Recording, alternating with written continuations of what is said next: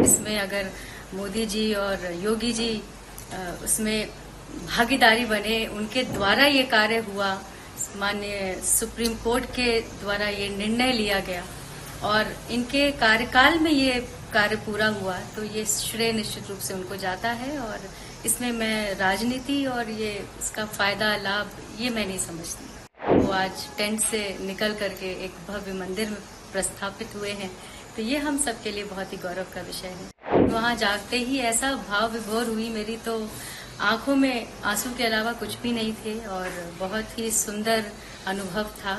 राम की नगरी हमेशा से एक सबके मन में रही है कि एक ऐसी कल्पना लोगों ने हमेशा से की है कि राम की नगरी कैसी होनी चाहिए।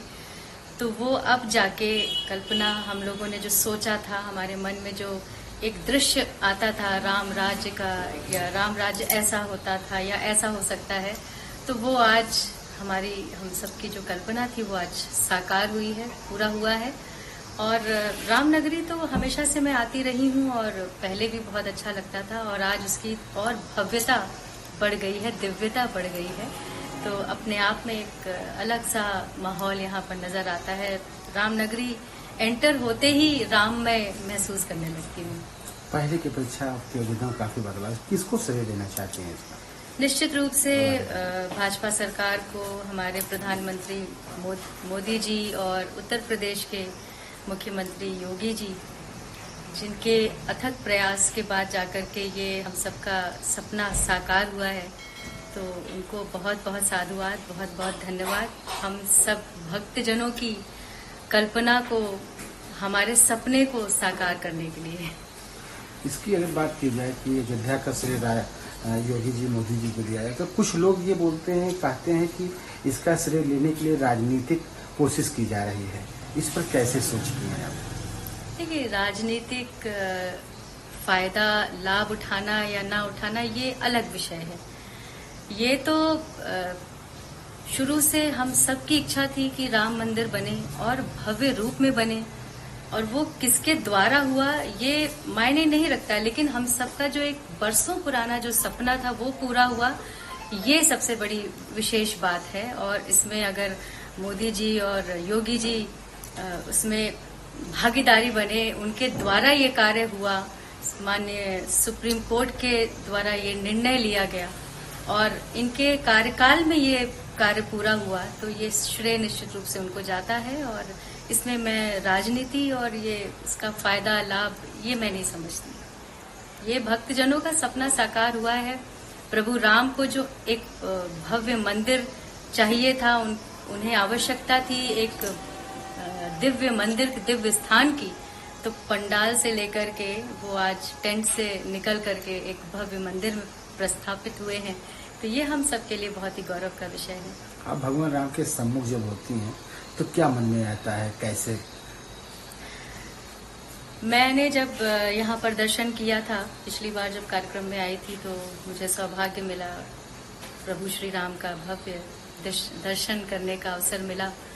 और दर्शन करने से पहले मैंने बहुत कुछ सोच रखा था कि ये बोलूंगी, ये कहूंगी, लेकिन वहां जागते ही ऐसा भाव विभोर हुई मेरी, तो आंखों में आंसू के अलावा कुछ भी नहीं थे और बहुत ही सुंदर अनुभव था। वो अनुभव शब्दों में बयान कर पाना बहुत मुश्किल है। और प्रभु श्री राम के लिए जो हमारे अंदर जो एक पीड़ा थी, वो उस समय, उस दर्शन करते समय वो पीड़ा हमारे आंखों से छलकी आंसुओं के द्वारा। तो बस प्रभु श्री राम हम जैसा चाहते थे वैसे यहाँ पर प्रतिष्ठापित हुए हैं, ये हमारे लिए बहुत ही खुशी की बात है। आप अयोध्या भव्य मंदिर में विराजमान हो गए, क्या आप ये भी चाहते हैं कि अयोध्या के बाद काशी और मथुरा का भी नंबर लगे? देखिए, काशी में काफी हद तक काम पूरा हुआ है और काशी कॉरिडोर बनवाया है हमारे माननीय मोदी जी ने, और उसके आगे की भी जो कार्यवाही है वो भी कार्य प्रगति पर है, चल रहा है। और उच्च न्यायालय का जो भी निर्णय होगा उस पर कार्य होगा। और इसके बाद मथुरा में भी जो हमारा कृष्ण मंदिर है, उसको भी ऐसे ही भव्य रूप में हम सब देखना चाहते हैं। कौन नहीं देखना चाहता है? हमारी तो आस्था शुरू से प्रभु श्री राम हो, चाहे कृष्ण हो, चाहे शिव शंकर हो, कोई भी देवी देवता हो, हमारी आस्था बचपन से हम सबके मनों में, दिलों में जुड़ी हुई है प्रभु से। तो हम सब चाहते हैं कि प्रभु का जहाँ जहाँ भी स्थान है वो भव्य रूप में हो, दिव्य रूप में हो। आप काफी पहले भगवान राम के भजन गाती हैं। सबसे लोकप्रिय भजन आपके लिए कौन सा है? किसका श्रेय किसको देती हैं? कैसे इतना लोकप्रिय भजन आपके दिमाग में आया? ये तो मैं प्रभु श्री राम की कृपा समझती हूँ, प्रभु श्री कृष्ण की कृपा समझती हूँ, क्योंकि मैं बचपन से भजन गा रही हूँ। और जब मैंने सन 2000 में कभी राम बनके कभी श्याम बनके गाया, तो वो उस एल्बम पर उन सारे गानों पर प्रभु की तो ऐसी असीम कृपा बरसी कि मैंने खुद नहीं सोचा था कि ये एल्बम इतना पॉपुलर होगा, कि मेरे करियर का एक माइलस्टोन बन जाएगा, मील का पत्थर साबित होगा मेरे लिए।